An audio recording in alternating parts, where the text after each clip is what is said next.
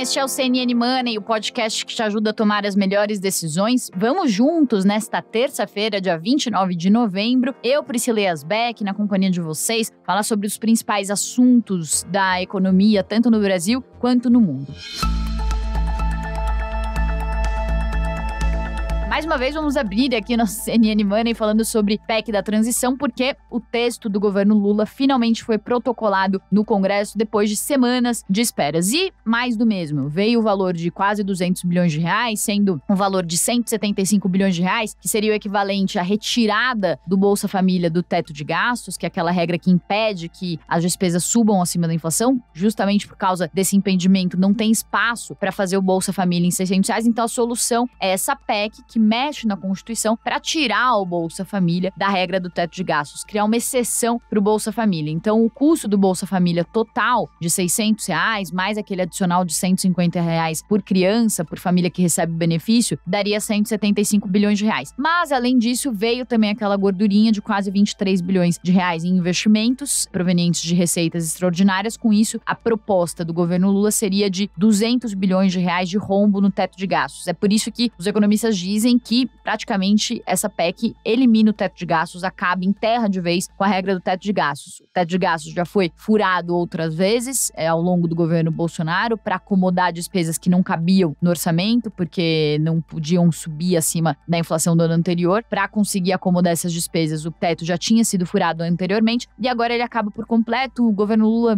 e o Lula já tinham falado na campanha, inclusive, que ia rever a regra do teto de gastos. O próprio Paulo Guedes também, o governo Bolsonaro também já tinham falado que precisavam rever essa regra do teto de gastos. Pois bem, então ficou o valor de 200 bilhões de reais, mas ao longo do dia ontem, integrantes do PT, do grupo de transição, pessoas próximas a Lula, já vinham falando que estavam pensando ou que estavam considerando também outras propostas, inclusive a proposta do Tasso Gereissati, que seria uma proposta no valor de 80 bilhões de reais, que não tira o Bolsa Família do teto de gastos. Cria um espaço dentro do próprio teto de gastos de 80 bilhões de reais. Era uma proposta que é melhor vista, digamos assim, pelo mercado, porque ela não acaba com a regra do teto de gastos por completo. Ela fragiliza ainda mais, mas não acaba por completo. Então, é como se ainda houvesse uma regra fiscal, houvesse uma âncora fiscal. O líder do PT na Câmara, o Reginaldo Lopes, deputado Reginaldo Lopes, também já falou sobre talvez aceitar essa proposta do Tasso Gereissati ou juntar propostas, a pensar propostas, ou seja, basicamente o que ele quis dizer é: podemos discutir outros valores. E tem uma visão, né, de que esse valor de 200 bilhões de reais enviado pelo governo Lula seria uma estratégia de enviar um valor maior para acolher um valor intermediário. Então, nesse sentido, mais do mesmo. O que mudou ontem, até fez a Bolsa subir em alguns momentos ontem, foi justamente o fato de integrantes do PT falarem sobre a possibilidade de discutir outras propostas, de Tasso Gereissati, também outros valores, e talvez ficar num valor ali perto de 150 bilhões de reais. Então, essa discussão estava forte ontem e acabou impulsionando a Bolsa. Por que a Bolsa acaba subindo com valor menor de PEC? É por causa daquela questão que a gente vem conversando aqui, que o aumento dos gastos de uma forma descontrolada acaba gerando um aumento da percepção de risco do país, que o país não vai ter uma trajetória responsável das suas contas públicas. Com o aumento do risco do país, investidores estrangeiros tiram o dinheiro do Brasil, param, né, de querer financiar a nossa dívida. O que acontece é que com essa saída de capital, o dólar sai do país, a gente tem uma oferta menor por aqui, isso acaba provocando um efeito também de aumento da inflação e também uma perspectiva de que juros precisem se manter altos por mais tempo para controlar essa inflação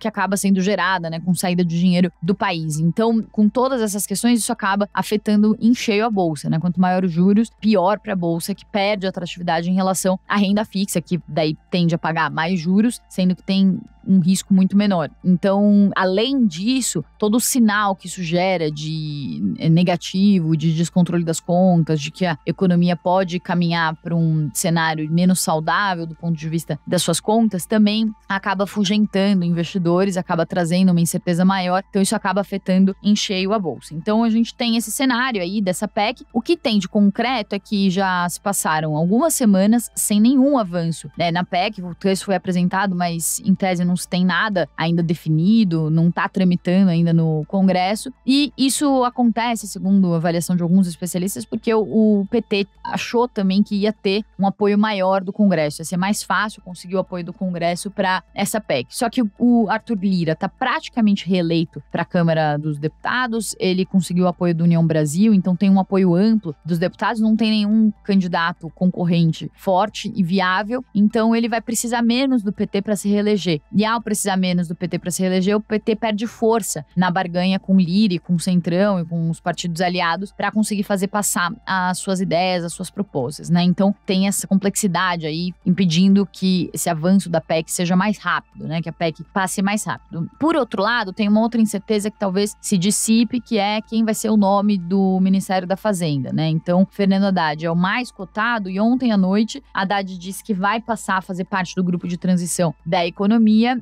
a pedido de Lula. Ele vai se encontrar, inclusive, com o Gabriel Galípolo e o Guilherme Mello, que são os economistas que estão à frente das discussões econômicas do novo governo, são da ala de economistas mais novos, da Unicamp, que estão liderando ali algumas discussões. Então, Haddad vai conversar com eles hoje e falou que quem pilotar a Fazenda vai se apropriar da questão fiscal. Então, tem uma perspectiva de que Haddad, ele preze pelo equilíbrio fiscal. Ele tinha esse discurso quando ele estava na Prefeitura de São Paulo. A dúvida é que ele também prioriza gastos antes do equilíbrio fiscal e da sustentabilidade fiscal. Então, tem toda uma questão de uma desconfiança, de certa forma, de como que seria uma gestão de Fernando Haddad na economia por causa disso, né? Isso segundo alguns economistas. Uma ala de economistas que diz, talvez Fernando Haddad priorizasse os gastos em detrimento da responsabilidade fiscal. Já economistas que acham que os gastos geram crescimento, que as atuais regras fiscais não funcionam, eles têm uma outra visão e acham que Haddad pode, inclusive, ser um bom ministro da Economia. Inclusive, ontem, Felipe Salto, que era presidente da IFE, né, da Instituição Fiscal Independente, hoje está no governo de São Paulo, falou que Haddad poderia ser um bom ministro da Economia. Então, tem essas questões, mas o que vinha sendo sinalizado pelo atual governo, o novo governo, né, do governo de Lula, eram questões um pouco apontando mais para gastos, aumento de gastos. Isso está gerando uma certa incerteza e também está trazendo uma tendência ali, um impacto negativo para a Bolsa. Mas a gente conversou hoje com o Geraldo Biasotto, que é professor da Unicamp, ex-coordenador de política macrofiscal do Ministério da Economia, e o que ele disse? Ele falou sobre o teto de gastos, fez críticas fortes ao teto de gastos, dizendo que da forma como o teto de gastos funciona hoje, ele acaba engessando muito as contas públicas, e falou sobre a necessidade de se rever exatamente o teto de gastos. Então, a gente conversou com ele, vamos ouvir um pouquinho do que ele falou. Eu sou contra o teto de gastos justamente por isso, porque na verdade ele foi feito de um jeito que é completamente equivocado e mistura gastos de todos os gêneros, desde gasto de doação internacional até gasto da Previdência, até investimentos essenciais. E tudo isso fica num bolo, você tem que pagar as despesas absolutamente urgentes, das quais você não pode fugir, aí não tem dinheiro para fazer passaporte na Receita Federal. É por isso que o teto de gastos é um absurdo. O Brasil já tem instrumentos como a regra de ouro, que está na Constituição,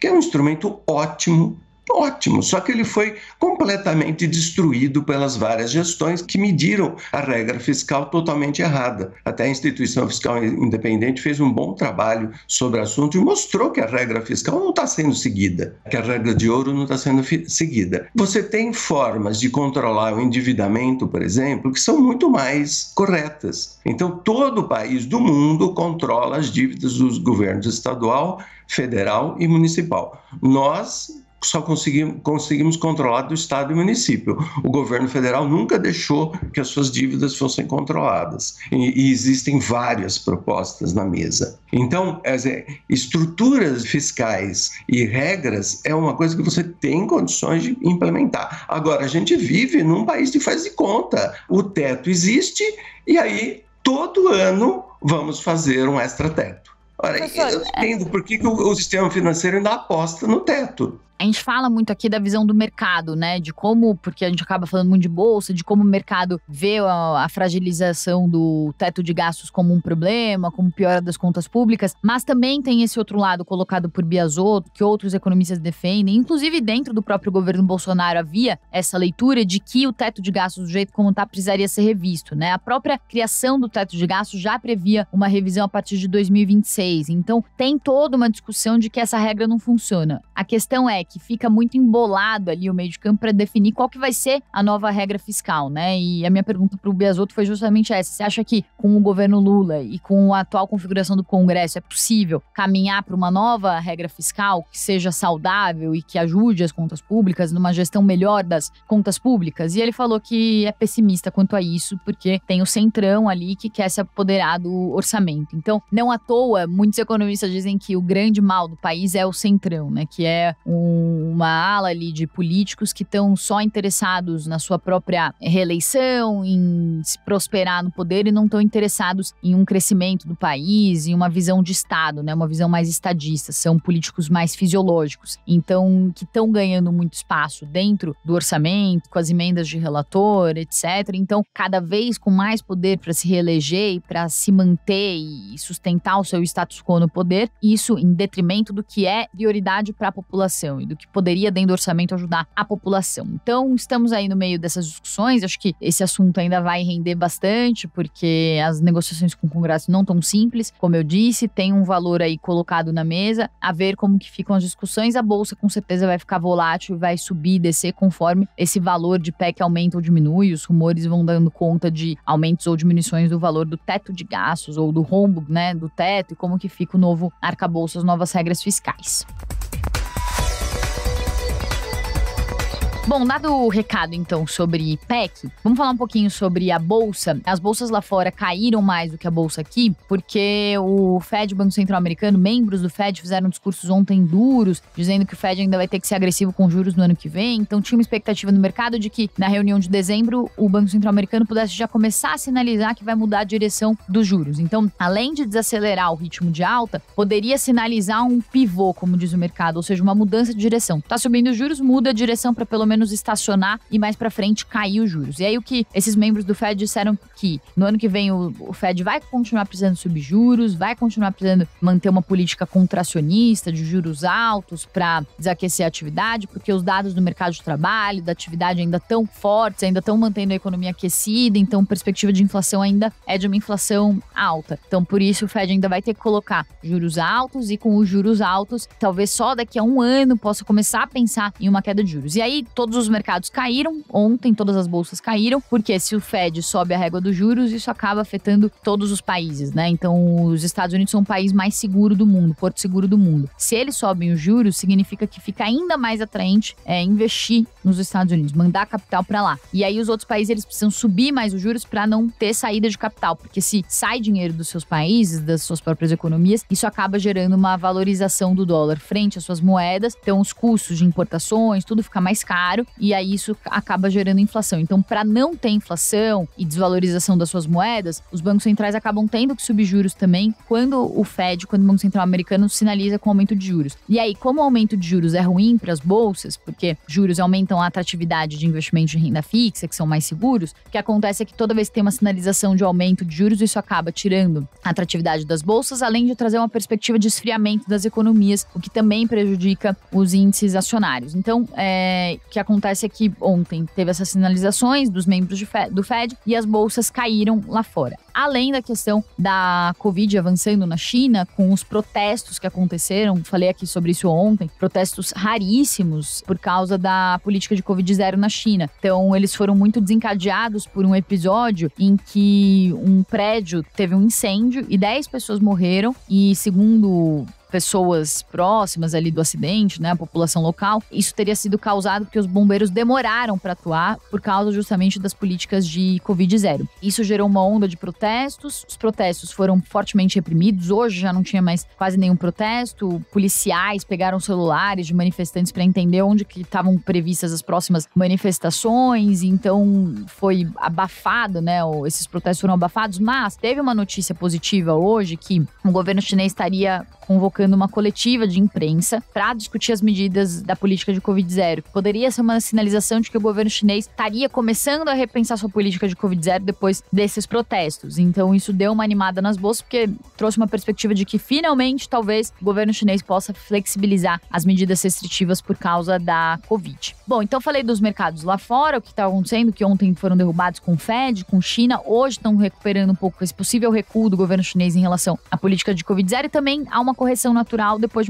das fortes quedas de ontem. Mas, trazendo para o nosso mercado aqui, o Ibovespa ontem descolou um pouco lá de fora, chegou a subir em alguns momentos do dia, estava muito volátil, mas caiu menos, as bolsas lá nos Estados Unidos caíram mais de 1%, e o Ibovespa, por aqui, caiu 0,18%. Caiu bem menos, justamente por causa dessas discussões de que a PEC poderia ficar com um valor menor do que os 200 bi propostos pelo governo. Vamos ver como que hoje acontecem as negociações. Como eu disse, a bolsa vai ficar oscilando de acordo com essas negociações da PEC. E um outro fator também, que é importante, que eu queria trazer aqui, é a questão da Black Friday. Então, a Neotrust, que é uma empresa, uma consultoria do setor de varejo, fez uma pesquisa mostrando que a Black Friday nesse ano foi um desastre. O faturamento do e-commerce caiu 28% em comparação com o ano passado, que já tinha sido um ano ruim por causa da pandemia, já tinha caído sobre o ano anterior. E daí, com isso, a gente teria o pior ano de Black Friday em 12 anos, desde que o evento chegou aqui em 2010. Então, teve queda no ticket médio, no preço médio, no número de pedidos, na quantidade de produtos. Então, foi muito ruim por causa de inflação que está alta, por causa de juros que estão altos e também porque a população começa a sentir ali a insegurança com crise na economia global, também com troca no governo, esse clima de incerteza com o PEC, com as discussões, com tudo que está acontecendo, também acaba inibindo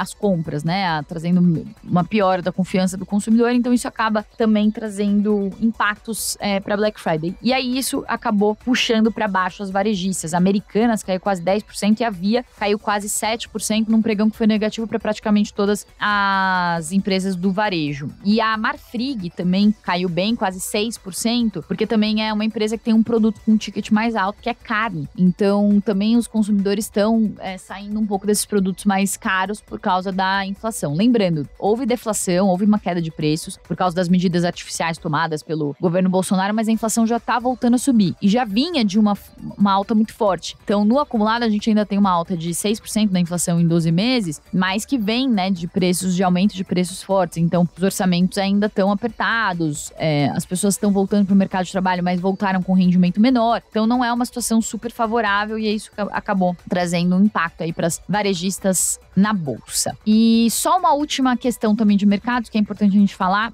que é o colapso das criptomoedas depois da derrocada da FTX, que é aquela empresa do Sam Bankman-Fried. A gente falou sobre isso aqui. A empresa usou ativos dos seus investidores para fazer frente a operações alavancadas de empréstimos com base em criptomoedas de uma outra empresa, da Alameda Research. Então, usou os ativos desses investidores para fazer frente a esses pedidos de resgate de empréstimos. Quando os credores perceberam que a situação estava difícil, pediram para resgatar seus empréstimos, a empresa teve que pegar os ativos da FTX para fazer frente aos ativos, a esses pedidos da Alameda. Então, isso gerou um colapso no mercado de criptomoedas, gerou uma forte queda dos ativos. Bitcoin está abaixo dos $20 mil, há um ano estava em $57 mil.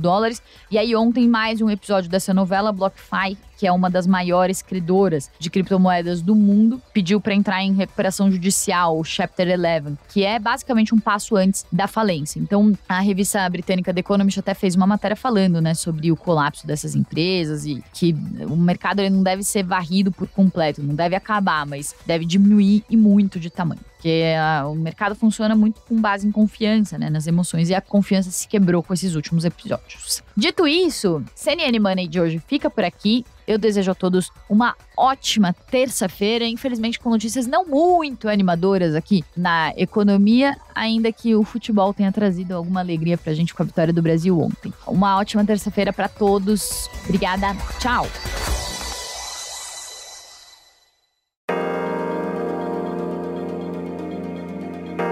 Com apresentação, pauta e coordenação editorial de Priscila Yazbek, este podcast é produzido pela CNN Brasil com edição da Maremoto. Produção, Larissa Coelho e Fabrício Julião. Edição e sonorização, Felipe Gomes. Coordenação técnica, Paula Weinberg e Felipe Gomes. Coordenação de produto, Verônica Schneider. Você também pode ouvir o CNN Money no site da CNN Brasil. E aproveite para conhecer os nossos outros programas em áudio. Acesse cnnbrasil.com.br/podcasts.